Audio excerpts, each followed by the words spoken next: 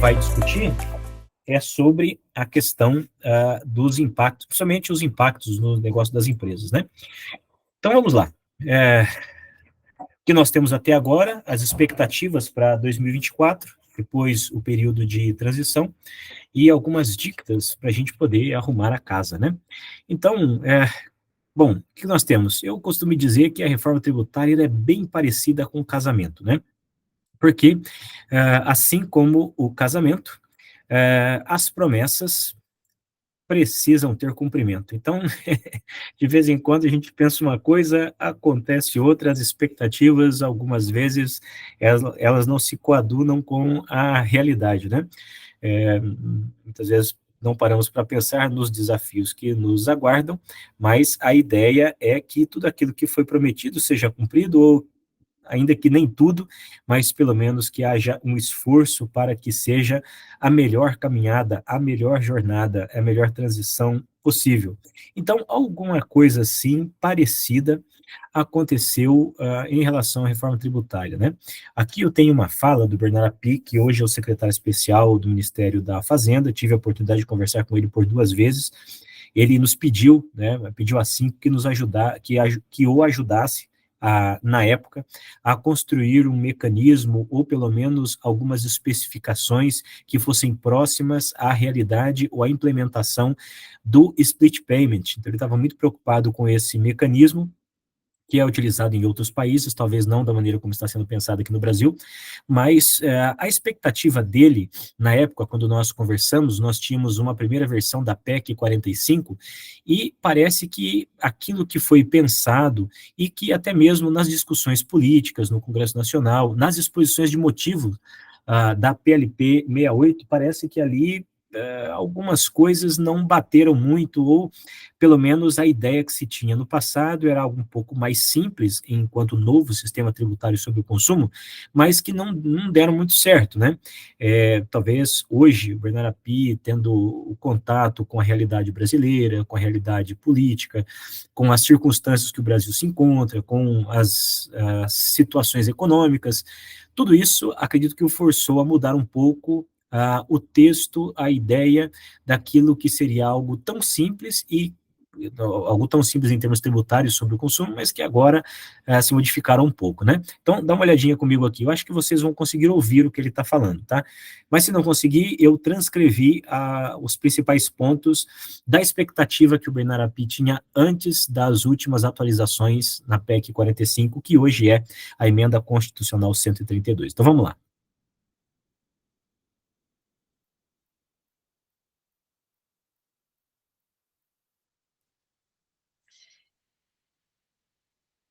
O áudio não está Não está liberado funcionando.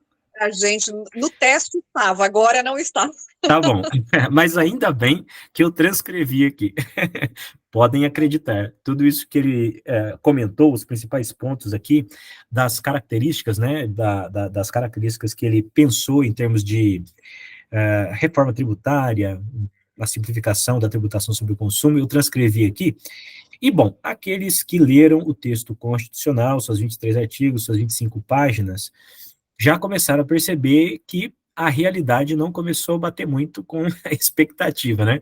Aqui eu coloquei, eu chamei de promessas, né? Então aqui as promessas ou as expectativas originais eram estas, conforme ele bem disse. Aí a gente começa a ver, bom, imposto bem desenhado, a gente vê que os estados, principalmente os europeus, os países europeus que implementaram o IVA, que reverberaram em bons resultados para a sociedade, que realmente trouxeram simplificação no cumprimento das obrigações, seja principal, acessórias, que realmente viabilizou uma melhor economia, enfim. Todos os países europeus que estabeleceram o IVA, eles levaram bastante tempo. A exemplo da França, por exemplo, foi o primeiro país a instituir um IVA bem consistente, foi de 1950 a 1990. Então, aí a sociedade realmente verificou, pôde comprovar esses grandes benefícios de uma legislação simplificada, não necessariamente com carga tributária baixa, mas que melhorou o ambiente de negócio das empresas e tudo mais. Bom, o nosso desenho, o nosso texto, ele foi produzido rapidamente. Então, ao invés de 40 anos, né, foram só 6 meses de discussão.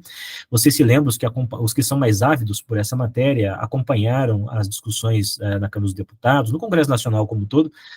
A gente percebeu lá que a PEC, a emenda constitucional, no dia 6 de julho do ano passado, tinha uma cara, tinha um texto, tinha um conteúdo, né? Dia 7 de madrugada, ou seja, 1 hora depois, a 1 hora da manhã do dia 7, nós tínhamos outro texto. Olha só. Então, não que o texto seja de todo ruim, eu, na minha opinião, acho que o texto é muito bom, ele foi construído com bastante inteligência, e olha que a sociedade não foi convidada para a elaboração desse texto, talvez até pelo tempo, né?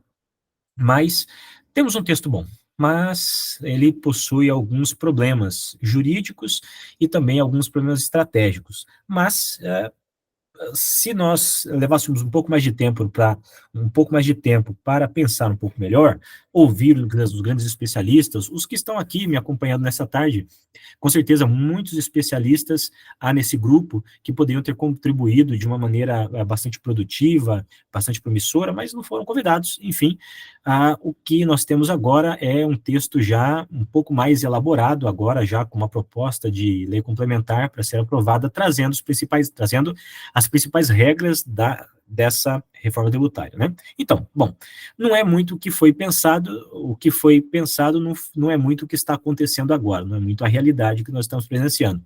Por exemplo, regra legal para todo mundo, todas as empresas, todos os setores têm uma regra, não é muito isso que está acontecendo, né? Porque no texto a gente vê regime regular, regime diferenciado, regime específico, regime favorecido, né, regime diferenciado e favorecido, por exemplo, para as imobiliárias. Então, não é muito regra igual para todo mundo, não é tão simples assim como foi desenhado. Não estou dizendo que será mais simples do que temos hoje, porque hoje realmente é uma parafernália, uma bagunça, é um manicômio tributário, como os especialistas dizem, mas poderia ser melhor, né? Uma alíquota só, foi o que ele falou lá no áudio. Vou mandar o material para vocês vão poder ouvir o que o Bernardo Api disse. Não é verdade, porque a gente tem alíquota padrão, alíquota com redução de 30%, 60%, temos alíquota zero, isenção, não incidência, imunidade, né? A gente tem alíquota de 80% em relação às tratativas tributárias do ramo imobiliário. Então, temos algumas nuances. E o especialista tributário, advogado tributarista, o contador especialista em tributação, em legislação tributária, sabe muito bem que quando essas nuances começam a acontecer, o que acontece? A complexidade começa a aparecer, né? Segurança jurídica ampla, foi o que foi pensado também. Não é muito verdade, né? Porque essa questão de uso e consumo pessoal sendo tributado na sua amplitude é uma coisa que não pegou bem, principalmente para os advogados especialistas, né, na matéria tributária.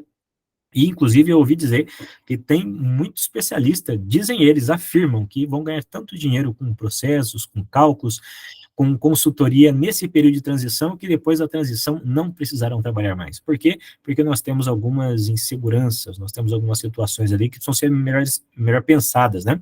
Como, por exemplo, essa questão do split payment obrigatório, o próprio uso e consumo pessoal que eu falei, sendo tributado na sua integralidade, vinculação dos créditos ao pagamento, essa é de amargar, é uma das melhores, digamos assim, teses, né, jurídicas contra essa ideia que a gente tem presenciado, ou seja, eu só posso me apropriar do crédito, eu adquirente de uma mercadoria ou de um produto, um serviço, se o meu fornecedor de fato recolheu o tributo. Então, essa vinculação, ela está um pouquinho aí prejudicada. Vamos ver como será a reação desses aspectos, dessas regras tributárias agora na apreciação do texto pelo Senado, mas o que a gente pode dizer é que não é muito aquilo que a gente imaginava que ia ser em termos de simplicidade. Aqui está o PLP 68, distribuído por algumas categorias de assuntos, né? Então vejam que os regimes específicos, diferenciados, aqueles que fogem ao regramento geral, eles somam 48% do texto. Então, 239 artigos, por volta disso, eles tratam especificamente de regimes diferenciados, específicos e tudo mais. Mas eu não tenho regime diferenciado específico. Ou se tenho, eu estou em um regime só. Veja, mas você pode vender para pessoas que estão em regimes diferenciados, favorecidos. Você pode comprar de empresas que estão no regime específico diferenciado. Então, realmente, a gente tem aqui um desafio muito grande para entender toda essa digamos assim, relativa complexidade em relação ao texto que temos e entendendo essas regras, evidentemente, nós vamos atender de maneira correta. O fato que eu quero demonstrar aqui é que aquilo que se dizia ser tão simples não é tão simples assim, né? Eu até coloco essa imagem que acho que representa bem a realidade de todos os profissionais e também as empresas que esperam uma simplificação absoluta e, na verdade, não é bem assim. Enquanto o discurso político estava sendo de que ia ser bem simples, né? Tá igual essa moça aqui, calma aí, gente, vai ser simples. Mas aí, lá na frente, epa, não é tão bem assim. Aqui está o pessoal, eu costumo dizer que aqui está o pessoal da transição, né? Tá lá, regime velho, regime novo, e a gente, a mesma equipe que atende o regime antigo, está atendendo o regime novo, entendendo as regras, fazendo curso, parametrizando sistemas, e essa é a nossa realidade. Nós não podemos sentar e chorar, nós precisamos reagir, e é assim que vai funcionar, né? Bom, então, em relação a esses pontos que eu comentei, sobre essa questão dos principais aspectos. Quais são os principais aspectos, então, dessa nova realidade, dessa nova sistemática tributária em termos de consumo? Então, vamos lá. Deixa eu só colocar um pointerzinho aqui, porque se eu precisar destacar alguma coisa fica fácil. Então, o IVA, né, ele é um imposto, então nós não temos 2 impostos, 3 impostos, né? Aliás, o Brasil não tem muitos impostos, o problema é que tem muitos tributos, né? Então, são tributos e contribuições, principalmente, incidindo nas operações das empresas, e isso traz uma complexidade muito grande, e a grande questão é que agora nós temos um IVA. Então, quantos impostos nós teremos agora em relação a essa nova realidade, o que está sendo proposto na reforma tributária? Um imposto só, que é o IVA.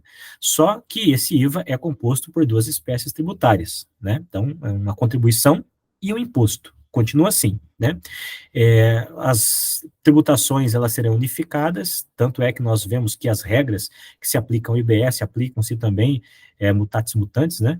Em relação à tributação da CBS e IBS. Então, salvo raríssimas exceções, dada a sua perspectiva tributária, as regras são praticamente uniformes, que compõem, então, um imposto só, tá? Só que veja como é que é complexo, né? Ao mesmo tempo que nós temos o imposto IVA, como ele é dual, ou seja, ele é dividido, ele é splitado, ele tem 2 espécies tributárias dentro, uma contribuição que é federal e um IBS que é estadual / municipal. Então, o que a gente vai ver na nota? A gente vai ver esses tributos segregados. Então, do ponto de vista conceitual jurídico, nós temos o imposto só. Mas do ponto de vista técnico, prático e fiscal, nós temos 3, na verdade, né? Porque é o CBS, a IBS e também o IS, o Imposto sobre o Pecado. O que a gente vai ver na nota fiscal, por exemplo, que é o principal instrumento de confissão de dívida a partir da reforma tributária, porque antes era DCTF, agora passa a ser a nota fiscal, né, como principal instrumento de tributação e de insumo de informação tributária para se apurar o imposto, é a nota fiscal. Na nota fiscal, lá no XML, conforme vocês puderam acompanhar aí a instituição das novas notas técnicas, nós temos a nota técnica 2024-001, 2024-002, que estabelece lá alguns grupos específicos para receber esses 3 tributos aqui, a CBS, né, o IBS e o IS. Os XMLs dos documentos fiscais já estão sendo aprimorados, também a nota fiscal de serviço eletrônico já está sendo aprimorado para que elas possam receber esses 3 tributos. Então, juridicamente falando, um imposto, né? Na prática, em termos fiscais, são 3 que estão sendo estabelecidos. É isso que a gente consegue ver lá na nota fiscal, tá bom? A questão de não cumulatividade, eu vou fazer aqui uma rápida exposição dos demais pontos, tem bastante coisa para ver, mas aí vocês podem me fazer perguntas e mesmo me mandar as perguntas depois, prometo que eu me esforço aqui para responder o mais rápido possível, tá? Não cumulatividade plena, digo a vocês o seguinte, não é bem assim. Aliás, muitas coisas não é bem assim, não é bem o que a internet está dizendo, o que as matérias tributárias estão dizendo, né, o que os congressos estão dizendo. Esses dias eu fui num bom congresso e fiz uma pergunta para palestrante, e não fiz na frente de todo mundo, evidentemente, né, mas depois que terminou, eu disse assim, mas você disse que a não cumulatividade é plena mesmo? Então agora tudo é pleno, tudo toma crédito, melhorou muito o ambiente, você vê? Eu não vou expor a pessoa, evidentemente, né? Mas eu estou colocando aqui, veja só, o conhecimento, muitas vezes, raso ou copiado da internet, isso é um perigo. Então, é pleno mesmo, toma crédito de tudo.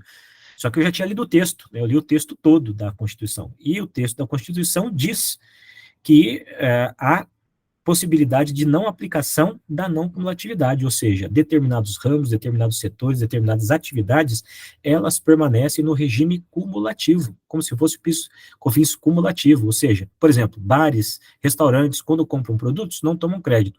Quando vendem esses produtos, a empresa adquirente também não pode tomar crédito disso. Então, por exemplo, né, a associação aqui, a Soban, vai fazer uma confraternização para todos, espero ser convidado, estou eu lá, todo feliz, contente, mas na hora que o financeiro for pagar a conta, né, do bar e do restaurante, eu vou pagar aqui, vou tomar crédito dessa conta, afinal foi um evento para a empresa, pode tomar crédito?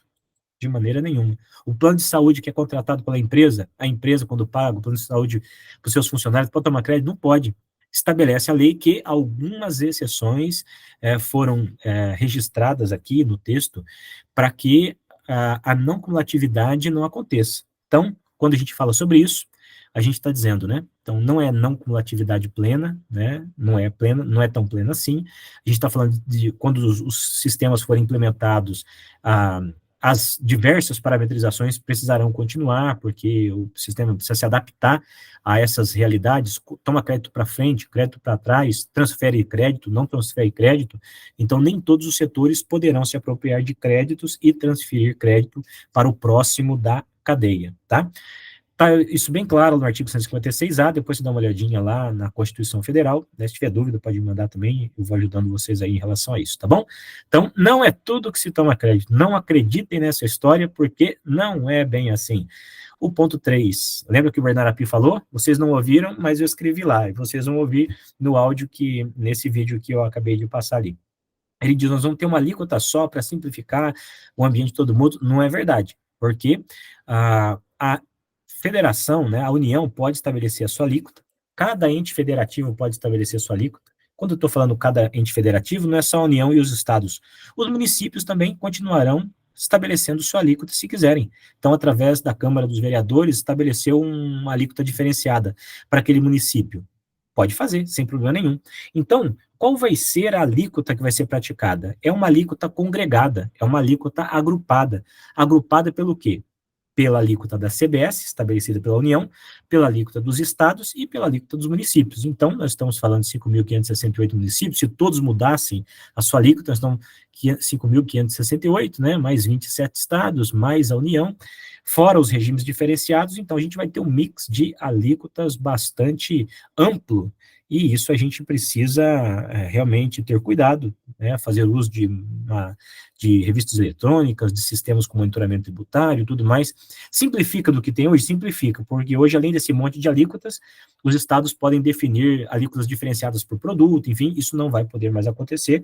Vão fazer, mas vão seguir aquele rol de produtos já definidos como alíquotas diferenciadas, mas ainda assim, simples como disseram, também não é. Nós teremos aí bastante trabalho. Os tributaristas, os contadores, as empresas de solução fiscal têm aí uma grande jornada pela frente, tá?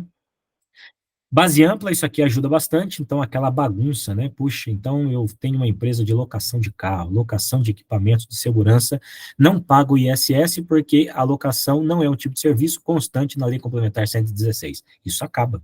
Porque, veja, entenda o princípio, nós estamos falando de um imposto, né, no conceito geral, no conceito maior, no conceito amplo, nós estamos falando de um imposto de valor agregado. Então, eu agreguei valor, eu disponibilizei o bem, não a titularidade, mas eu disponibilizei um bem para uso de terceiro e com aquilo eu oferi receita, eu tenho um valor agregado financeiro, tenho, disponibilizei o meu bem para que um terceiro use e me pague. Ora, então, houve valor agregado. Havendo valor agregado, tem incidência de tributo. Então, vai incidir sobre bens imateriais, direitos, serviços, né? Nós daqui na Syncro sofremos bastante na época, porque a gente desenvolvia sistemas e fazia os CDs, deixava na prateleira. Ou, às vezes, a gente desenvolvia sob customização. Sob customização é serviço, é ISS.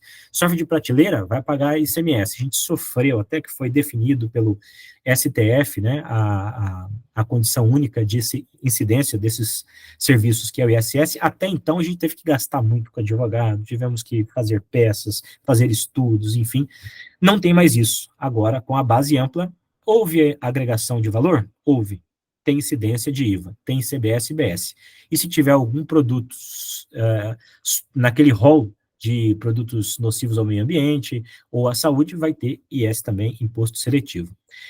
Regimes tributários, já acabei falando para vocês, né? Nós teremos regimes específicos, diferenciados, favorecidos, o pessoal do Simples está lá ainda, né? Você pode permanecer com a tributação favorecida do Simples ou pode optar pela tributação, quase que eu falei tribulação, apesar que em determinados casos vai ser mesmo, né? Pode permanecer com a tributação no regime regular do CBS e IBS, pode também, né? Vai poder transferir crédito sobre esses valores. Então, temos regimes que precisam ser entendidos, não só pelo regime que a gente pratica, mas também pelo regime que a gente mantém, onde a gente mantém relação de negócios com os parceiros de negócio, né? Uma vez que o meu fornecedor está no regime específico, diferenciado, eu tenho que entender essa legislação, porque o meu preço vai ser baseado em relação àquilo que eu estou praticando, né? O que mais? Alíquota zero, isenção, isso tudo eu já comentei, né? Cada regime diferenciado favorecido está num âmbito específico dessas questões aqui, né, de isenção, alíquota zero, depende do setor que a empresa está. Por exemplo, nós temos alguns dispositivos médicos, tá lá, dispositivo médico ele consta tanto no regime diferenciado quanto no favorecido. Ué, mas como é que eu sei diferenciar entre um e outro? Você vai fazer a diferenciação pela classificação fiscal da mercadoria. Então, serviço de classificação fiscal também permanece. Vocês sabem muito bem, quando muda uma NCM, você tem que fazer o acompanhamento daquela NCM e tal, né? Tem que ver isso direitinho. Incentivos mantidos, então estabelece o texto constitucional que serão criados mecanismos fiscais, econômicos, financeiros e demais mecanismos para manter os incentivos hoje existentes lá na Zona Franca de Manaus. Então, toda aquela bagunça, aquela parafernália de tributação diferenciada na Zona Franca de Manaus, por causa dos benefícios, eles serão migrados para o CBS, IBS e para o IS. Olha que interessante. E outra, todos os produtos incentivados na Zona Franca de Manaus, se industrializados fora da Zona Franca de Manaus, eles terão incidência de IPI. Então, se eu fabrico uma motocicleta fora da Zona Franca de Manaus, como na Zona Franca de Manaus tem fabricação de motocicleta e essa fabricação é incentivada, toda motocicleta fora da Zona Franca de Manaus vai pagar IPI para equalizar esse jogo, digamos assim, esse jogo fiscal, né, que existe lá na Zona Franca de Manaus, essa competitividade em termos fiscais. Competitividade baseado em tributação é realmente característica de um país não desenvolvido, né? Porque a diferenciação tem que ser com tecnologia, tem que ser tudo isso, enfim. Vai permanecer. Sujeição passiva, o pessoal está falando que sujeição passiva tem a ver com submissão tributária, não é verdade, essa sujeição passiva tem a ver com as plataformas digitais, cujos fornecedores são estrangeiros. Então, vamos imaginar que a Amazon não tivesse escritório aqui no Brasil, CNPJ e tal, então, as Casas Bahia, de repente diziam assim, então, Amazon, você pode colocar produtos aqui no meu marketplace, né? Você aparece o seu produto e aí você vende o produto e pronto. Então, a gente, nesse momento, quando o produto for vendido, vamos imaginar que a Amazon não fosse um fornecedor, apesar que ela é uma plataforma, né? Mas vamos imaginar que ela fosse um fornecedor, tivesse vários produtos dela.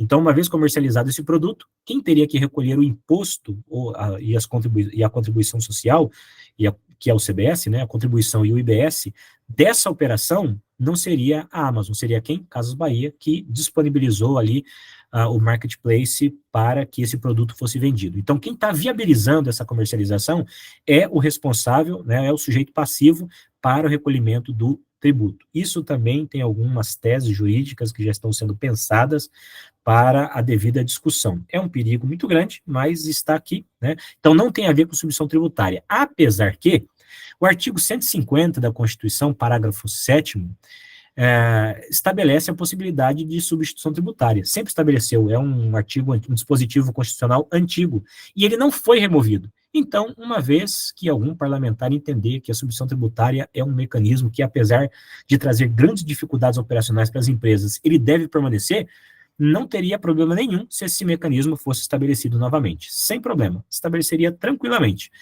No texto da PLP 68 não há menção sobre essa sistemática de substituição tributária. mas que ela pode aparecer em algum momento, pode.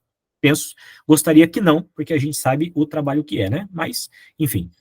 Imposto seletivo, ele é cumulativo, sujeito à anterioridade anual e nonagesimal, isso é muito bom, 2 travas constitucionais ao poder tributar, artigo 150 da Constituição, isso é muito bom, ajuda, monofásico, incide só na ponta inicial da cadeia produtiva, depois não tem mais incidência, né? E é engraçado que ele vai incidir sobre algumas coisas interessantes, sobre aeronaves, enfim, coisas que não necessariamente fazem mal, né, ao ambiente, à saúde, enfim, mas de uma forma ou de outra está estabelecido, esses ramos foram abrangidos e se não for modificado lá no Senado, né, vai permanecer ainda essa possibilidade. E o comitê gestor, né, que tem as competências ali de gerir a arrecadação do IBS, então o comitê gestor não mexe com o CBS, tá? Ele não cuida da CBS, a CBS quem cuida é a Receita Federal. O comitê gestor é o responsável pela gestão, pela distribuição, em relação aos recursos relacionados ao IBS. Ele também tem a possibilidade de editar normas infralegais, então imagina a gente recebendo instrução normativa, solução de consulta, solução de divergência do comitê gestor. É estranho, mas está previsto. E o contencioso administrativo também estará nesse órgão, ok? Então, se a empresa for discutir sobre um mesmo fato gerador, sobre um mesmo tipo de incidência tributária, né, que incide CBS e IBS, né, esse contencioso tributário, para a CBS vai ser discutido no âmbito da Receita Federal, no CARF e tudo mais.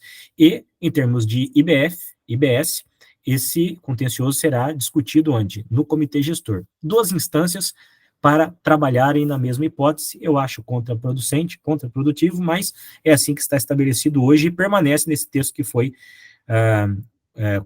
fechado e acordado ontem, né? Muito bem, então, para resumir, a gente tem CBS de competência da Receita Federal, nós temos o IBS dos estados e municípios sob a competência do comitê gestor, né, e aí a gente tem o IVA geral, e esse IVA vai ser composto pela CBS, pelo IBS e mais o IBS municipal, tá?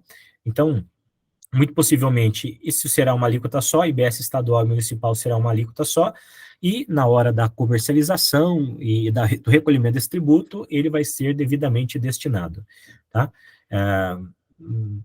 Porém, ainda eu acredito que isso vai mudar, porque para que um adquirente de mercadoria, um consumidor saiba efetivamente quanto ele está pagando em relação ao Estado, mas também em relação ao seu município, é importante que esses valores estejam abertos, né?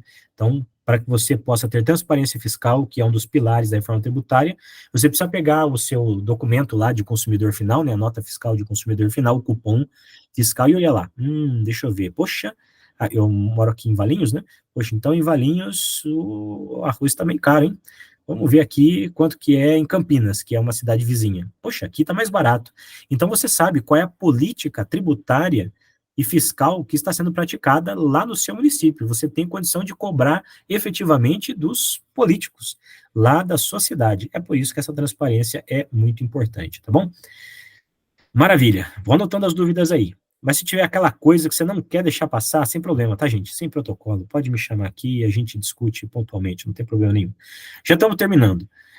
Deixa eu passar rapidinho aqui quais são os desafios. Lembra dos desafios? Eu falei que casamento tem promessa, tem que ter cumprimento, né? E também tem que ter transparência, tem desafios, mas a gente precisa vencer os desafios. Mas para vencer os desafios, nós temos que estar preparados. Primeira coisa, sabendo qual é o desafio, né? Então, veja só, o risco aqui de não conformidade é um desafio muito grande. O que é isso aqui? Isso aqui é o que nós temos hoje. Nós não temos pauta fiscal, pessoal que trabalha com refrigerante, né, que trabalha com peças, tem o DIFAL, tem o DIFAL-ST, hoje o pessoal entrega ECF, tem PIS e COFINS, tem o MVA, tem o preço ao consumidor final, tem ICMS para frente, distribuição tributária para frente, para trás, concomitante. Essa parafernália toda aqui é o que existe hoje. O que vai acontecer? No futuro, nós teremos o quê? O CBS, IBS, Zona Franca de Manaus, que ainda permanece, IPI remanescente, novas obrigações acessórias, imposto seletivo, aquele monte de coisa. Vai que aparece uma submissão tributária aqui no meio. Isso aqui é o futuro, é o cinzinha. Mas tem uma intersecção aqui. Por quê? Porque nós teremos o período de transição. E a transição é essa intersecção. Nós teremos que atender o atual e o novo, ou o antigo e o novo, com a mesma equipe, com os mesmos recursos, né? E tudo isso tem que se conversar. E qual o grande desafio aqui? É o risco de não conformidade. Então, nós temos um risco grande aqui. E se, de repente, né, as informações não baterem? Porque, por exemplo, aqui, o ICMS, né, o ICMS aqui, ele vai diminuindo a partir de 2029, e conforme ele vai diminuindo em 10 pontos percentuais, ele vai aumentando o IBS. Veja, PIS e COFINS não está mais aqui, mas tem CBS. E esse regime todo tem que se conversar. Qual é o risco? O risco de não conformidade. E para que você esteja em conformidade, a conformidade também tem um custo. Tem treinamento, tem sistemas, tem preparo, tem planejamento, tem projetos, né, tem adequações, tem implementação de sistema novo, tem treinamento, enfim, uma série de coisas que representam, como um todo, em última instância, o risco, né, um risco de não conformidade ou o custo da conformidade. Esse é um desafio muito grande, né? E trabalhar com segurança jurídica, né, gente? Nós meninos, nós gostamos de nos arriscar, né? A gente faz umas coisas assim, bem... É a cara dos meninos que estão aqui nessa reunião, a gente trabalhar com bastante segurança, né? É isso aí. A gente vai ter que aprender, gente, a trabalhar com isso. Ah, mas se o split payment trouxer desafios para o meu caixa, né? Então, o split payment, por exemplo, você vendeu, a indústria vendeu para o varejista, vendeu para 90 dias. Olha só que maravilha, né? Vendeu, vai pagar só lá na frente, mas tem que pagar o imposto do mês. Não vendeu? Não incidiu o IBS e CBS? Beleza. Então, o que vai acontecer? Aí, quando eu chegar no final do mês, eu vou pagar, né, o meu imposto. Então, eu tenho o imposto, eu paguei, tenho esse valor para eu receber de volta. O split payment vai acontecer só dali 90 dias. Quando o meu cliente pagar dali 90 dias, a Receita Federal vai ver, opa, tem um pagamento aqui, né? O comprador está pagando o vendedor. O cartão de crédito vai pagar agora, vai transitar o recurso para quem está vendendo. Opa, aconteceu o split payment. Será que ele vai ter inteligência necessária de não debitar de novo esse valor? Né? Ou veja só, o meu fornecedor, né, ele vai me pagar só dali 90 dias, e o cliente vai pagar dali 90 dias. Só após o pagamento do imposto pelo fornecedor é que eu tenho direito a me apropriar do meu crédito. Será que a gente não vai ter problema de fluxo de caixa com isso? As empresas comprando os seus insumos e não podendo se apropriar do seu crédito, está represado o crédito lá. Mas por que eu não posso usar? Eu comprei, é verdade, mas o seu fornecedor não pagou o imposto ainda. E quando são muitos tributos para serem pagos, e aí? Né? Muitas operações, é operação a operação, e se ele esqueceu, e se ele não me pagar, e se houver ali uma inadimplência, não posso me apropriar. Veja só, gente, vários pontos que podem trazer insegurança jurídica. O que a gente vai fazer? Vai ficar parado? Não, a gente vai estudar, a gente vai se preparar e vamos ver em que vai dar toda essa negociação política, né? Olha só o que o Instituto Brasileiro de Economia, da FGV, disse. Aumento da incerteza fiscal. Então, a incerteza econômica está relativamente boa, né?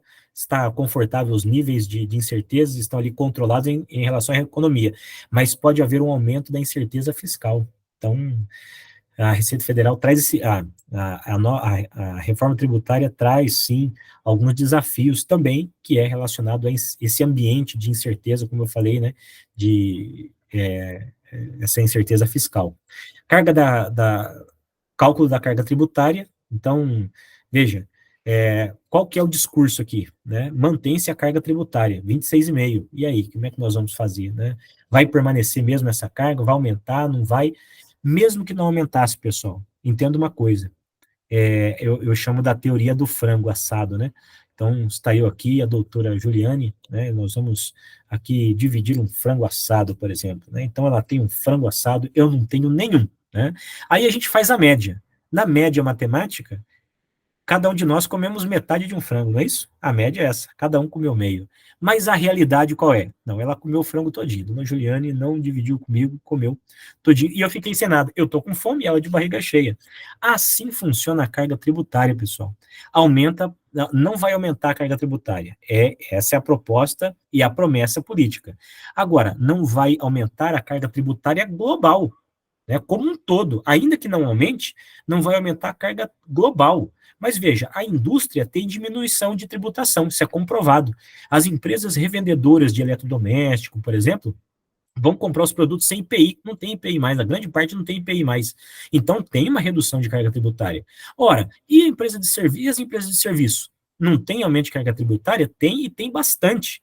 Então as empresas prestadoras de serviço para consumidor final, né, aquele que vende diretamente para o consumidor final, o B2C, ele tem um aumento de carga tributária grande. Já a indústria tem uma diminuição. Já os revendedores têm uma diminuição, isso é bom, né? Para esses setores é muito bom, excelente, mas para outros não. Como é que a gente faz isso? Tem que fazer conta. Então, não vou explicar o cálculo aqui, mas só para vocês terem uma ideia, né? Tem gente comparando, tem gente que está comparando aí alhos com bugalhos, né? E isso não é o jeito certo de fazer as contas. Então, por exemplo, hoje, uma empresa que tem 18% de ICMS, eu sei que é mais por conta do FCP, mas vamos dizer que é 18%. Quanto que é o tributo por dentro? 18, porque ele soma a sua própria base de cálculo. E por fora? O ICMS de 18%, pessoal, por fora, ele é 21,95. Então tem gente fazendo as comparações erradas. Deixa eu ver, aplicar o CBS e IBS, né, numa alíquota de 26,5% sobre meus produtos. Está errado, não é assim que se faz. Você quer comparar a carga tributária correta, então pega todos os seus produtos que você vende hoje, né, veja a tributação, os tributos que são por dentro. ICMS, PIS e COFINS, ISS, se tiver serviço também, e aí faz o cálculo dele como se fosse por fora, acha o percentual por fora e aí começa a comparar. Se a gente fizer essa comparação, olha que coisa interessante. Hoje, a nossa carga de ICMS por fora é 21,95. E o CBS hoje por fora é 26. Então, veja, CBS e IBS juntos, perto do ICMS, é claro, CBS e IBS é mais, mas não é a conta que o pessoal está fazendo. Como, por exemplo, dividindo, sei lá, PIS e COFINS, né, divide por 26,5, olha, aumentou 120, a conta não é essa. Não é assim que se faz. A gente não vai ter bases unificadas, sólidas, matematicamente corretas, e economicamente falando, corretos para a gente poder fazer as devidas comparações, tá bom? Vou mandar esse material, se vocês tiverem dúvida, vocês me perguntem, mas veja, uma coisa é tributo por dentro, outra coisa é tributo por fora, precisa fazer o cálculo, unificando essas duas bases de cálculo para que a gente possa chegar na tributação correta e, posteriormente, fazendo o cálculo da carga tributária correta. Quem tem muitos incentivos, tome cuidado, né? As empresas que têm incentivo, o Pro Goiás, o pessoal de Minas Gerais, né? Que tem lá vários incentivos também, vários. O Brasil tem, cada estado tem o seu programa de incentivo fiscal, e uma vez que a empresa não tenha mais esses incentivos, o que ela vai precisar fazer? A gente tem que pensar numa reorganização econômica. A empresa que está longe do seu consumidor final, do seu público, né, das pessoas para que ele vende, do seu consumidor final, faz sentido ela estar longe agora? Porque dependendo do incentivo, uma empresa tem lá subvenções de ICMS, tem crédito outorgado de ICMS, então ali que está 18%. Mas você ganha um crédito outorgado, na prática, de 10%, na prática você só paga 8% de ICMS. Veja só, se você gasta, né, com o transporte em relação à sua receita bruta, você tem lá um percentual de 5%, 10, 7%, por exemplo, de gastos com o seu transporte e tudo mais, compensa para a empresa estar longe. Veja a Zona Franca de Manaus, né? A gente transporta as peças daqui de São Paulo lá para a Zona Franca de Manaus, o pessoal monta a motocicleta, manda a motocicleta da Zona Franca de Manaus aqui para São Paulo para a gente vender aqui. Mas por que o pessoal faz isso? Por causa dos incentivos fiscais. Eles justificam essa estratégia, digamos assim, de malha de transporte, essa estratégia econômica, essa estratégia empresarial, justifica. Os incentivos promovem isso, mas com a reforma tributária não mais teremos uma porção de incentivos. E aí eu pergunto, será que a empresa já fez as contas? Já fez os cálculos? Já fez um mapa de todos os seus produtos incentivados, de todos os seus programas de incentivo? E, uma vez que não existam mais, qual é o impacto financeiro que a empresa tem? Se não fez o cálculo, tem que fazer urgentemente, para que a empresa tenha as bases corretas e o efeito disso em relação ao seu negócio. Ok? Planejamento tributário, estou terminando, mas nós teríamos que finalizar às 4. Eu teria mais uns 15 minutinhos, vocês podem ficar, paro por aqui, faço um fechamento, doutora Juliane, doutora Letícia, o que vocês me orientam a fazer? Enel, fique à vontade, pode seguir com a sua conclusão. Nós temos, na verdade, logo na sequência, um bate-papo para ouvir os associados, até por volta de 4h30, mas Joia. tranquilamente com seu fechamento. Joia, então tá bom, mais 5 minutinhos, máximo 10, eu concluo aqui então. Planejamento tributário, os especialistas tributários, os advogados tributaristas, os contadores, economistas, os administradores, pensando em como trazer vantagens, né, não elidindo a sua boa prática, né, mas sim fazendo aí um planejamento tributário lícito e tudo mais, né, não evasivo, mas sim um planejamento lícito, para a empresa. Então, veja só, um caso aqui simples, para uma empresa que projeta fazer algum investimento daqui a alguns anos. Então, qual é a orientação aqui, conforme as regras que estão contidas no PLP 68?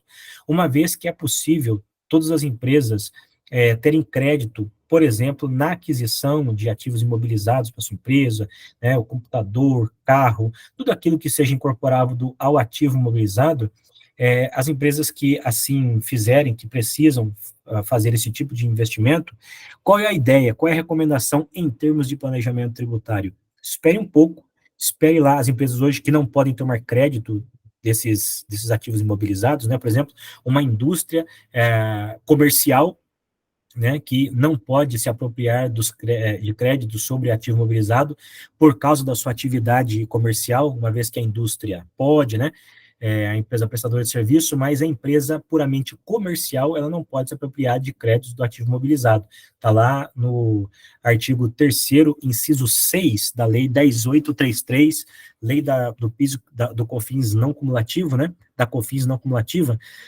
Se você observar essa regra, qual é a grande recomendação aqui? É que essas empresas esperem um pouco, as empresas comerciais, por exemplo, ou mesmo a indústria, mas que utiliza o computador, que utiliza o seu maquinário, né, ali para a área administrativa, são hipóteses não geradoras de créditos de PIS e COFINS, por exemplo. O que essas empresas fazem? Vamos esperar um pouco, vamos adiar o investimento, vamos esperar em 2027, porque em 2027, todas as nossas aquisições, né, salvo as exceções que estão lá no texto, mas que não tem a ver com ativo imobilizado, nós podemos comprar esses ativos imobilizados e tomar crédito deles. Pronto, já toma crédito, né, ainda que você não vai poder utilizar o crédito na apuração, mas há a possibilidade de restituição desses valores. É melhor que nada, porque hoje as empresas absolutamente não têm nada de crédito PIS e COFINS, né?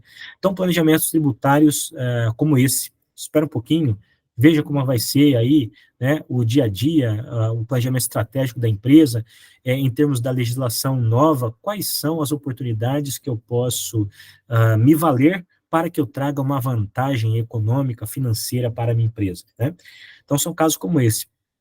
Contabilização, então a gente vai ter que se adequar a um novo processo de contabilização do CBS e IBS, né, pelo fato desses dois tributos estarem adequados, conforme estabelece o artigo 12 aqui da Lei 12.973, né, a não inclusão desses tributos na receita bruta. Então, o CBS e IBS não serão elementos componentes da receita bruta, uma vez que eles podem ser apropriados, né, eles são destacados na nota, eles são não cumulativos, eles não fazem parte do preço. Então, tem empresa hoje que vai contabilizar o IPI e contabiliza o IPI como receita, depois coloca lá uma despesa de IPI deduzindo da receita bruta o valor, né? Isso está errado. E, inclusive, o artigo 12 aqui da Lei 12.973, ela está em consonância com o CPC 30, revisão 1, o CPC 47, né, que fala do reconhecimento dos tributos sobre a receita bruta.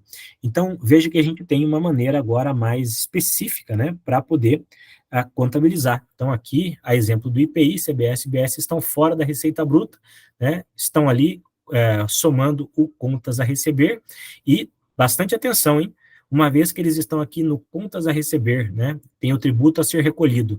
Uma vez que o split payment aconteça, olha só, o sistema que você for usar para fazer a contabilização, ou o sistema fiscal, e que complementa o sistema contábil, ele vai ter que ter essa inteligência para integrar as informações lá no ambiente do governo, né, do Comitê Gestor ou da Receita Federal no ambiente federal, no ambiente do governo, e ver se aquele tributo já foi recolhido via split payment. Nesse caso aqui, se nós temos um IBS, CBS a recolher.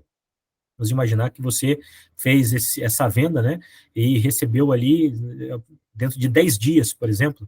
Então, esse tributo que está a recolher, não vai ser você que vai lá e pagar esse valor pelo DARF. O próprio sistema Split Payment, através da inteligência das instituições de meio de pagamento, vão fazer essa compensação. Agora, se a empresa não tem um sistema contábil, um sistema fiscal que tem essa ligação, né, com os meios de pagamento, com esse ambiente de gestão tributária que o IBS, que o Comitê Gestor vai ter junto com a Receita Federal, né, se ele não é um sistema integrado, você vai dar baixa. Como é que você vai dar baixa? Como é que você vai saber os valores, se estão conciliados ou se não estão conciliados, se já foram recolhidos? É perigoso você recolher 2 vezes, depois vai pedir ressarcimento, o ressarcimento demora um tempo para ser feito. Então, veja só, tudo parte da contabilização, mas essa contabilização tem alguns desdobramentos, e esses desdobramentos são importantes de serem conhecidos, né? Simulações dos impactos financeiros. Então, a empresa aí que não sabe, né, quais são seus, exatamente, qual é o valor, a tributação que os seus fornecedores praticam, quais são os produtos que você mais compra, né? Você está fazendo a precificação certa, né? Você toma crédito de tudo isso, não toma crédito? Os fornecedores que vendem para você, vendem com incentivo, uma vez que eles perderão o incentivo, o produto vai sair mais caro para você que está comprando. Já fez esse estudo? Já fez esse levantamento? É muito importante fazer. A classificação fiscal das informações acima, então, uma vez que as empresas estejam nos regimes diferenciados favorecidos, esses regimes são identificados pelas NCMs específicas. E vocês sabem que as NCMs, elas mudam, né? A CAMEX muda a TIP. Então, um dia, eu estava conversando com uma pessoa, um amigo meu, falou assim, olha, eu achei esses dias uma NCM de 10 dígitos. Eu falei, é mesmo? Que coisa interessante, mas o que era? Era um produto lá. Aí a gente cadastrou no sistema. Eu falei, mas NCM de 10 dígitos é NBM, era a nomenclatura brasileira de classificação. Isso não existe mais faz muitos anos. É mesmo? Nossa, por isso que não tinha tributação no produto. Olha só, pessoal, usando NCM antiga, de mais de 20, de 15 anos, né, utilizando tributação defasada, não acompanhou a classificação, e depois não sabe por que o auditor vai lá requerer créditos, né, pagar multas e juros, escrituração indevida, inconsistente, inexata. Por quê? Não fez o acompanhamento. Então, classificação fiscal, muito importante também para as empresas, né? Qual é o tipo de crédito que o seu fornecedor transfere? Ele tem diferimento? Ele tem suspensão? Diferimento e suspensão repercute na apuração também do imposto, né? Ou seja, se o seu fornecedor tiver um diferimento em relação a essa tributação, quando você comprar essa mercadoria, você só vai poder se apropriar do crédito dessa aquisição que você fez só quando o fornecedor pagar. Veja que o crédito está vinculado ao pagamento agora. Isso vai dar muito pano para manga, mas é assim que está no texto. Não descuidar da classificação, eu já falei, simulações financeiras. Você já pegou uma relação de CFOP? Se você não tiver, eu te passo depois. Tem uma relação de CFOPs. O que você tem que fazer na prática? Chega lá para a pessoa que trabalha com TI, que administra as vendas, o administrador das vendas, que tem sua equipe de TI e tudo mais, e diga assim, olha, eu quero que você faça um select na base, faça aí uma seleção de dados com base nesses CFOPs, nesses CSTs, para eu saber quais são os produtos que eu tenho tributação diferenciada. Depois eu quero saber os produtos que eu não tenho tributação, porque eu tenho algum tipo de incentivo, tenho isenções e tudo mais. E eu quero, com base nesses valores, saber se eu tiver que tributar essas operações hoje não tributadas, quanto é que sai a conta. Tem gente que ainda não fez isso. Mas você vai poder simplesmente pegar esses itens e fazer a conta? Não. Você vai ter que pegar esses itens, desonerá-los, porque no preço do item, hoje, na maior parte das empresas, o item já está onerado com tributação por dentro. Então, ele já tem ICMS, tem PIS e COFINS, está tudo dentro do tributo. Você tem que desonerar esse tributo, chegar no valor dele sem tributação, e aí aplicar os 26,5% de CBS e IBS para você saber qual é o valor da carga tributária que aumentará na sua empresa caso esse texto da PLP 68 passe. Já fez isso? Tem que fazer, hein?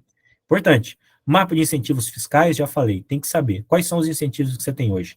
Se você não mais os tê-los, e aí? Qual é o impacto financeiro e econômico que a sua empresa vai ter? Para finalizar, quais as expectativas? Definição da alíquota padrão, vai ser essa mesmo? Não vai? Tem uma proposta aí que está me preocupando, talvez ela se mantenha, mas os regimes diferenciados serão aumentados, só que isso não pode, porque o texto condicional estabeleceu esse percentual de redução. O percentual de redução é constitucional. Será que o legislador vai ter coragem de desrespeitar a Constituição? Vocês sabem que quando eles querem, eles fazem. Mas aí, mais uma vez, teses jurídicas, processos jurídicos e tudo mais, né? Definição, aprovação de leis complementares, né, alguns temas polêmicos, split payment, que deu errado em um montão de países europeus. Será que no Brasil vai dar certo? Estamos esperando aí as definições técnicas. Período de transição, vocês já sabem, né? Então, grandes marcos aqui. 2027, PIS e COFINS desaparece, e aí temos então a CBS e EBS oficial. Em 2029, o ICMS e o ISS começam a ser reduzidos, e aí o IBS teste começa a aumentar. Na verdade, acho que nem é teste mais, vou tirar esse nome aqui, nem é teste mais, será o IBS já implementado, mas ainda pequeno, faseado, né? Mas até chegarmos em 2033. Ó, atenção, então quer dizer que em 2033 estou tranquilo, aí sim acabou o regime antigo, olha que legal, esse aqui é o regime antigo, não tem mais nada. É verdade, pessoal? E o prazo decadencial do tributo? E o prazo prescricional das obrigações acessórias?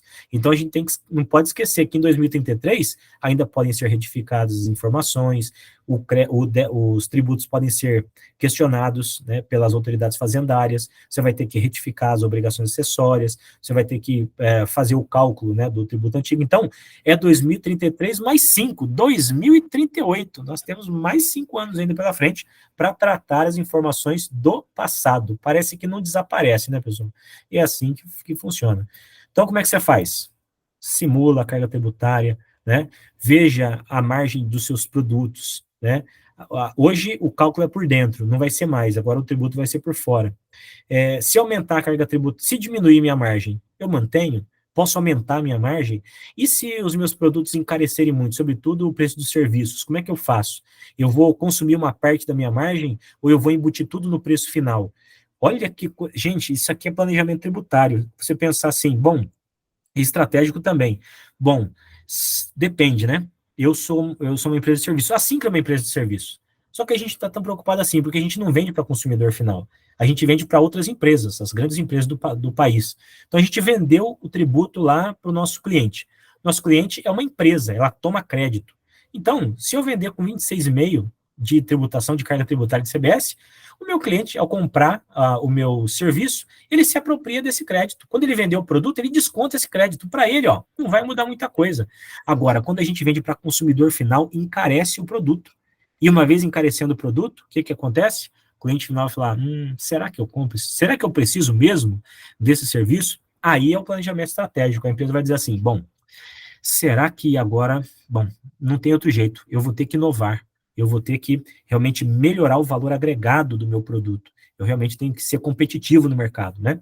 Então, análises, reflexões muito importantes que nós precisamos fazer. Soluções fiscais são muito importantes nessa hora, que atende os dois regimes. Registrar os gaps. Tem gap para consertar? Tem. Então, já começa a fazer já que vai fazer, faz tudo.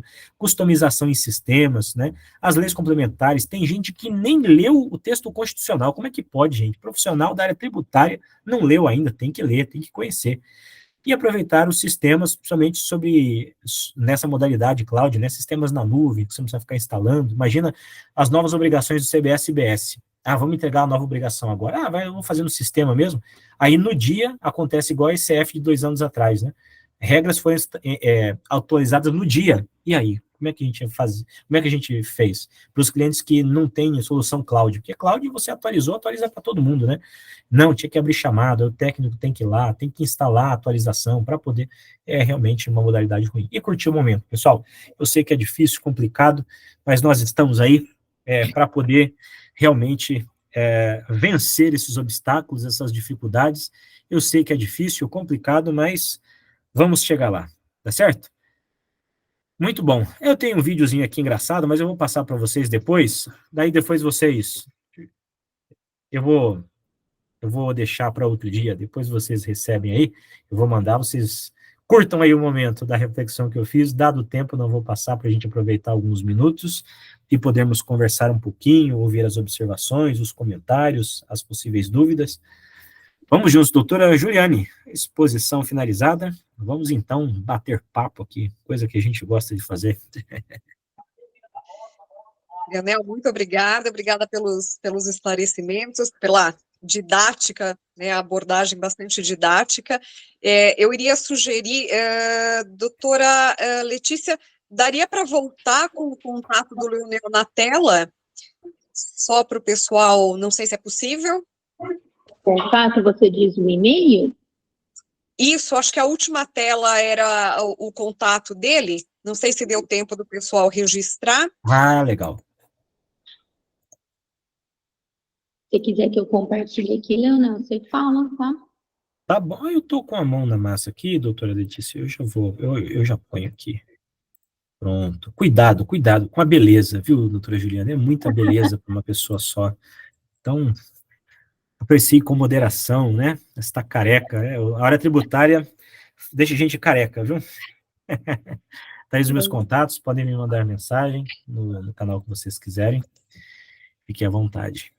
Aquele negócio, né, Leonel, se plantar um passalix e regar com café, nasce um tributarista, né? Seja ele advogado, contador, fiscal, se for, não é verdade? A senhora tem toda a razão, doutora, é isso mesmo. É isso aí. Perfeito. Muito obrigada, viu, Leonel, pela exposição, sempre muito didática, brilhante, eu aprendo sempre muito com você. Acredito que as associadas têm alguma pergunta para fazer, fiquem à vontade para mandar pelo chat, para abrir a câmera, o microfone. Não sei se eu já posso... Vou fazer uma pergunta aqui, uma consideração, né? Pensando, por exemplo, nas associadas que são, praticamente serviço, né, a sua atividade. Então, a gente tem os maiores custos para ela, folha de pagamento, combustível. Folha de pagamento, a gente sabe que não vai poder tomar crédito, né, dessa parte. A gente vai passar, provavelmente, por uma reforma da folha de pagamento em breve, que já tem discussões nesse sentido. Em relação à parte de combustível, você verificou alguma coisa, algo nesse sentido, a questão do creditamento, porque tinha muita discussão de estar num regime diferenciado e também não poder tomar crédito dessa parte dos combustíveis. Não sei se você tem alguma informação nesse sentido. Pois é. É muito importante que a empresa verifique qual é a finalidade da aquisição desse insumo, né? Então, por exemplo, se o combustível, sendo um elemento monofásico, ele está dentro daquela cadeia normal de operação, então, por exemplo, saiu lá da refinaria, foi para o transportador, né? O transportador deixou lá no posto de gasolina, e aí aquilo foi revendido para alguma empresa, né? Nesse caso, essa cadeia não tem crédito nenhum, né, uma vez que é um posto monofásico. Agora, por exemplo, se uma empresa compra um combustível porque ela precisa aplicar aquilo no seu dia a dia, no seu produto, alguma coisa nesse sentido, aí sim há a possibilidade de creditamento. É a mesma coisa, por exemplo, de uma empresa que uma empresa que comprou uma mesa de bilhar, né? Então, a empresa ali, pensando no bem-estar dos seus colaboradores, ela vai lá, comprou aquela mesa de bilhar. Veja que aquilo é para uso e consumo pessoal, entra naquele conceito que a gente falou de uso e consumo pessoal. Nesse caso, a empresa não vai utilizar essa mesa de bilhar para a sua operação do dia a dia. Então, ela não pode se apropriar desse crédito, é uso e consumo pessoal, né? Agora, para um bar, por exemplo, né, se houvesse a possibilidade do bar se creditar das suas aquisições, ele poderia tomar crédito disso? Poderia, tranquilamente. Nós temos alguns fornecimentos não onerosos que, em si, não podem se apropriar, os adquirentes não podem se apropriar de crédito, né? Então, arma de fogo, joias e tudo mais. Agora, veja, se é uma empresa que compra arma de fogo para revender, uma empresa autorizada, tudo mais, ele tem um público de CACs, né, os colecionadores, atiradores, colecionadores, ela pode comprar arma e tomar crédito? Pode, porque ali é aquele produto que faz parte da sua atividade econômica, do exercício das suas atividades empresariais. Então, sempre quando houver uma aquisição, a empresa precisa pensar no tipo de aquisição que está sendo feito. Se é uma aquisição para uso e consumo, né? Se ela está seguindo uma cadeia produtiva normal, ou se aquilo tem a ver com o exercício da sua atividade econômica empresarial. Tá? Sempre essa pergunta tem que ser feita. Então, nesse sentido, por exemplo, uma transportadora já iria mais no sentido de tomar crédito do combustível, porque é essencial para a atividade dela. A gente poderia pensar dessa forma? Mas veja que a transportadora, ela está seguindo um fluxo normal daquela cadeia produtiva de um produto monofásico, né?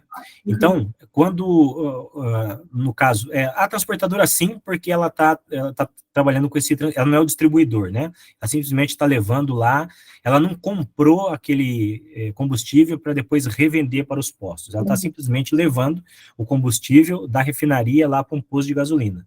Nesse caso, eu entendo que haveria a possibilidade sim, porque ela está exercendo a sua atividade econômica de transporte.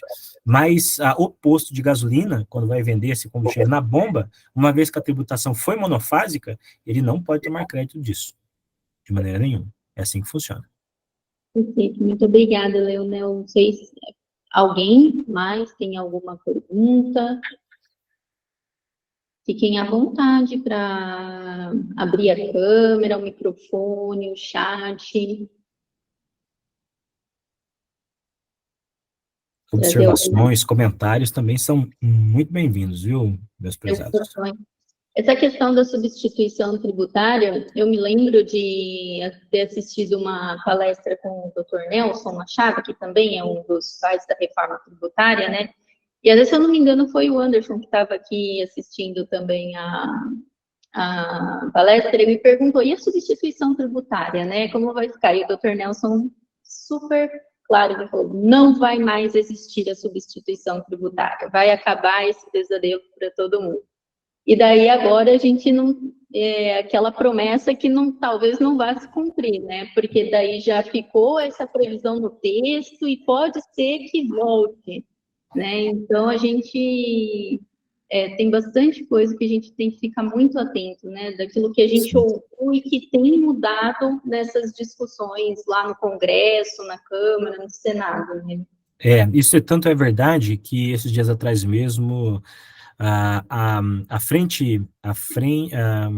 Associação de Prefeitos fez uma reunião com alguns governadores, e os governadores, inclusive isso saiu em alguns jornais, os governadores pensando na possibilidade da instituição da submissão tributária para a CBS e o IS, né? Acho que, eu não sei qual foi o jornal que publicou essa reunião que eles tiveram, e foi pensado sim, porque a previsão constitucional tem. Então, uma vez que se viabilize isso em termos de lei complementar para dar forma ao preceito constitucional, pode haver, sem problema nenhum. Eu acho que é sem sentido, porque uma vez que a tributação agora é no destino, não mais na origem, então não faz muito sentido. Agora, veja que essa transição dos recursos hoje recolhidos, né, da origem para o destino, elas não começam a ser feitas já agora em 2027.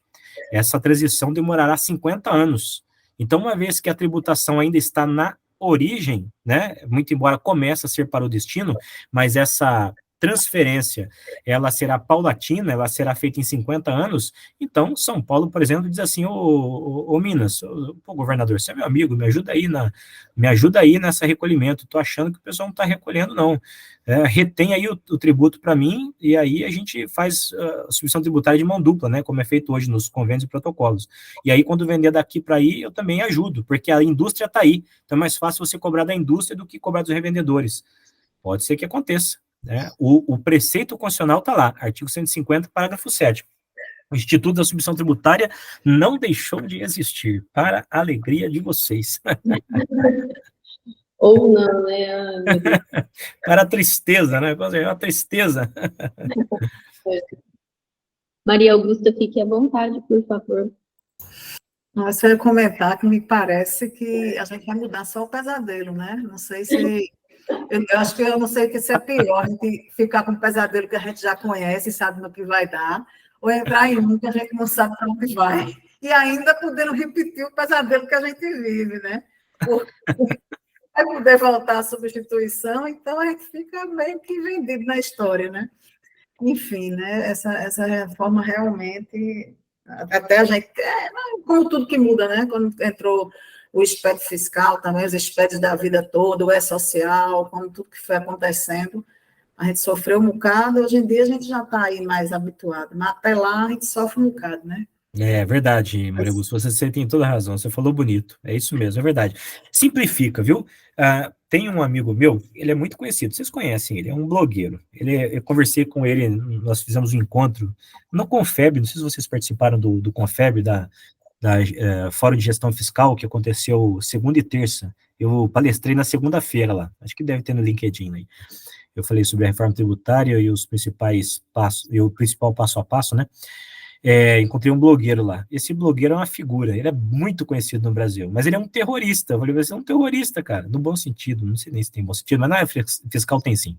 E por quê? Ele fala que é um caos. Não, assim, vai ficar complicado em todo mundo. Eu falei, mas não vai. Olha, eu não acredito que não vai ter subvenção tributária. Mas não vai ter nem subvenção tributária, não vai ter retenção, eles vão tentar, mas não vai para frente. Hoje, o ICMS representa 27 nações legislando, são estados-nações, porque eles criam suas próprias regras. Uma empresa que atua no Brasil todo precisa ter um monte de analistas. Eu fiz uma pesquisa, pessoal, olha só que interessante a pesquisa que eu fiz.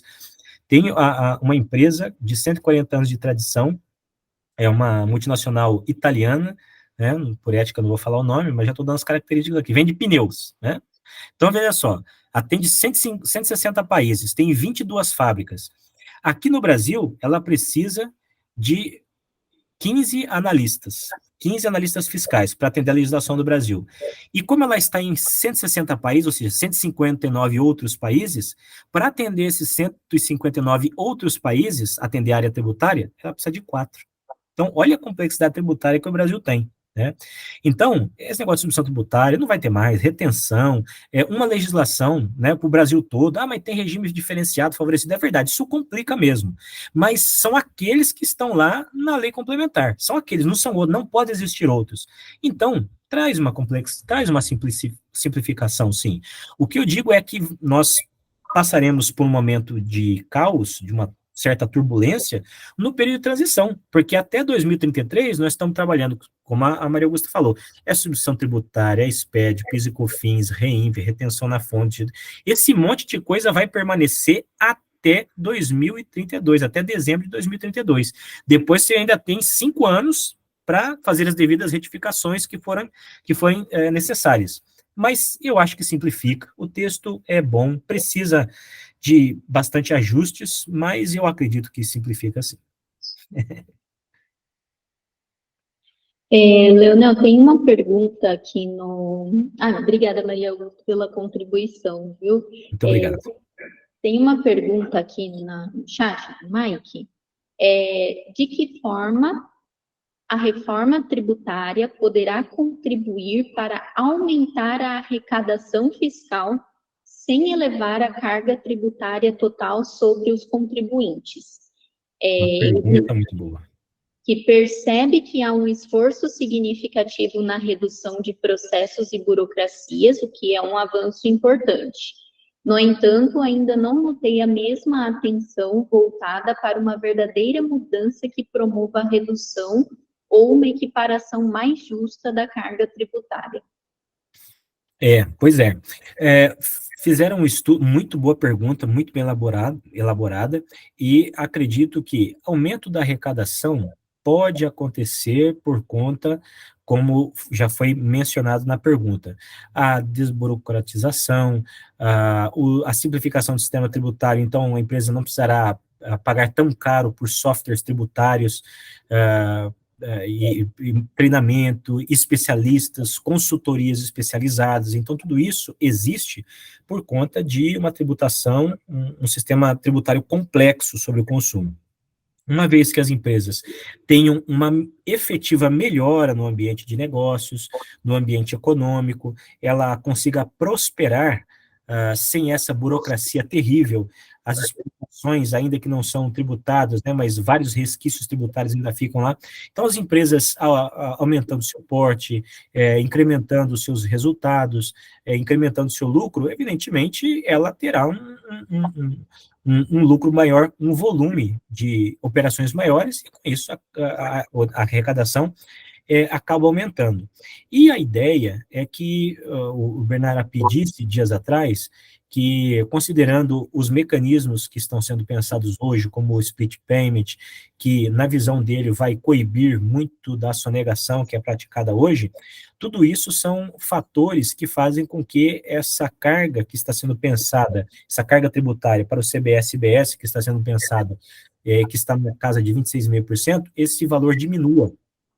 Então, com todos esses mecanismos, né, diminuindo a sonegação, evidentemente, nós temos uma melhora na arrecadação, dos resultados primários do país, na receita primária do país.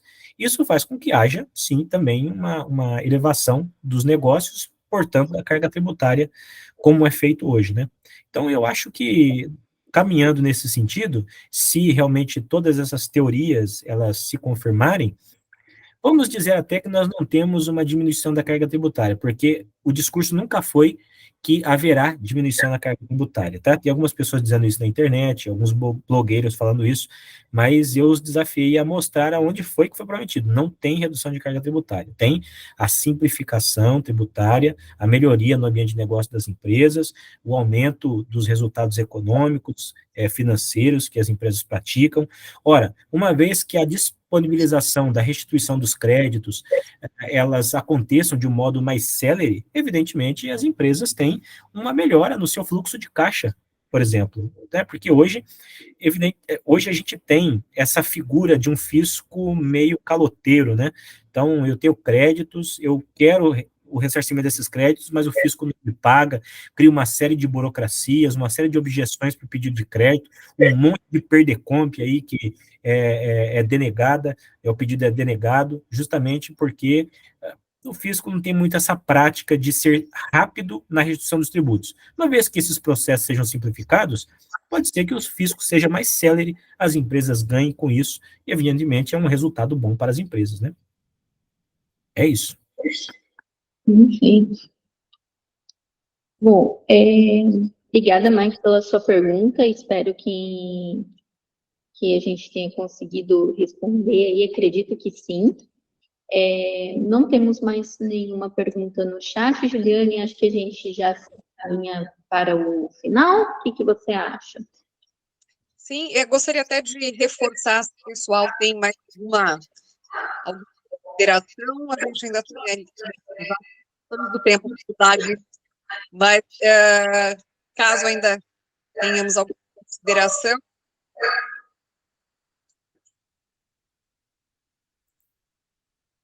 Acho que por enquanto não. De qualquer forma, Leonel, realmente o material disponibilizado? Com certeza, doutora Juliane, disponibilizarei sim. Maravilha. E aí, eu acredito que esse é um assunto que a gente vem discutindo muito na rede, a gente sabe da relevância dele, principalmente esse ano, a questão da aprovação das leis complementares, a gente tem buscado deixar as nossas associadas mais atualizadas possíveis nesse sentido, né? E aí também sempre pensando no viés aí no nosso segmento. Então, à medida que a gente também receber aqui alguma consideração, a gente encaminha para a Crivillari Padovese, fazer essa ponte aí também com você, para a gente poder assessorar melhor, né, à medida que for necessário. Eu até chequei aqui sobre o FEB, o Confeb, que aconteceu algumas semanas atrás, eu vou, inclusive, tentar resgatar aqui, acredito que tem algumas palestras ali que a gente também consiga disponibilizar isso para o pessoal? Como é um evento fechado, com inscrição e tudo mais, eu não sei qual é a política que eles estão praticando em relação à disponibilização das palestras e dos materiais. Eu posso, de repente, ver com a administração, com o pessoal de marketing aqui da empresa, que tem o contato do pessoal, e posso te dar mais informações, tá? Eu não sei dizer muito bem. Tá certo. Se a gente conseguir algum material complementar, seria ótimo. Com certeza. Ok. Bom, pessoal, ficamos então por aqui. Posteriormente, tem alguma dúvida, ficamos à disposição. Agradecer mais uma vez, agradecer, Leonel, pela sua participação, pela sua disponibilidade com a nossa rede, e posteriormente conversamos, com certeza. Muito obrigado, doutora Juliane. Eu que agradeço a confiança, a oportunidade de estar com vocês aqui nessa tarde de estudos. Também agradeço muito ao pessoal da Crivellari e Padovese, e um grande abraço para todos que nos acompanharam aqui. Muito obrigado pela audiência e pela paciência de todos vocês.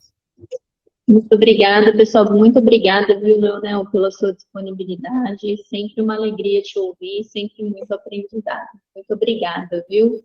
Obrigada também à Ascoban pelo espaço, né, pela nossa parceria. E nos vemos na próxima jornada jurídica.